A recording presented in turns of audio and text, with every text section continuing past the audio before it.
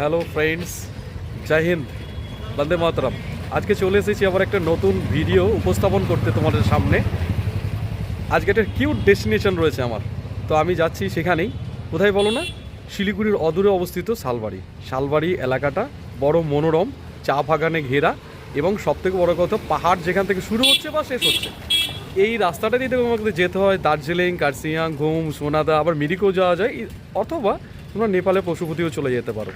তো চলো ওই শালবাড়ি ডট ডেস্টিনেশনে গিয়ে আবার দেখাবে। তবে অবশ্য তার আগে রাস্তাতে অন দ্য ওয়েতে কিছু কিছু ভালো ভালো স্পট রয়েছে যেগুলো দেখার মতো, সেগুলো আমি অবশ্যই তোমাদেরকে চাক্ষুষ করাবো ভিডিওর মাধ্যমে। তো চলো আমাদের আবার দেখা হচ্ছে সেই সমস্ত স্থানে গিয়ে। এটা হচ্ছে ইস্টার্ন বাইপাস। শিলিগুড়ি শহরে যানজট এড়াতে, শহরের মধ্যেকার ভিতরকার আর কি, তার জন্য এই রোডটা ইউজ করা হয়। আমি এই রোড দিয়েই যাচ্ছি।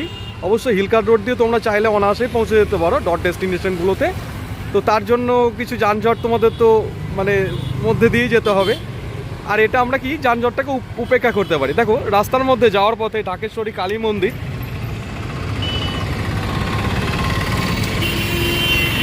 তো চলো, এটা রাস্তা দিয়েই আমরা ইস্টার্ন বাইপাস দিয়ে আমরা যাচ্ছি। তো এই রাস্তাটা ধরে আমি যাচ্ছি ইস্টার্ন বাইপাস। ফ্রেন্ডস, আমরা বৈকুণ্ঠপুর জঙ্গলকে ডান সাইডে রেখে আমরা এগিয়ে চলেছি। আর মোস্ট প্রবলি এই রাস্তাটা ধরেই তোমরা আসো আর কি। এনজিপি থেকে তোমরা যখন নামো এই রাস্তাটা ধরেই তোমরা আসো। তোমরা যেখানেই যাও না কেন, সিকিম বা দার্জিলিং, এই রাস্তাটাই। এই আমরা দার্জিলিং মোড় ক্রস করলাম, এটাই ওয়ে। এই দুপাশে দেখো অপরূপ দৃশ্যকে সাক্ষী রেখে আমার বাহন এগিয়ে চললো। দেখতে পাচ্ছ বাঁদিকে রয়েছে চায়ের বাগান, আমার ডান দিকে রয়েছে চায়ের বাগান। প্রাকৃতিক শোভা বড় মনোরম এখানকার। ন্যাচারালি পৌঁছে গেছি শালবাড়িতে। তো এই সেই গুম্ফা ও বুদ্ধিস্ট টেম্পল দেখতে পাচ্ছ, আমি দেখাচ্ছি।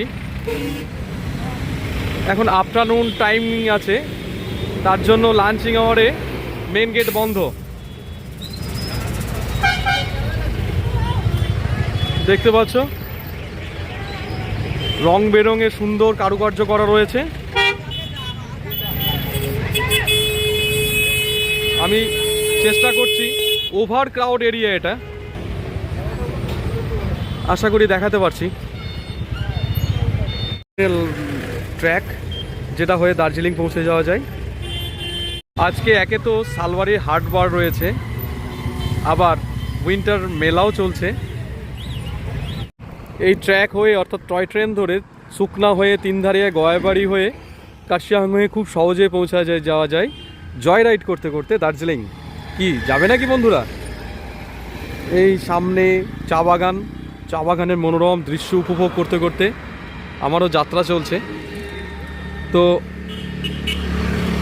সত্যি বলতে এই সমস্ত এরিয়া, হিমালয়ান পাদদেশের এই সমস্ত এরিয়াগুলোতে প্রকৃতি তার রূপ নিয়ে সময়মা হাজির আছে।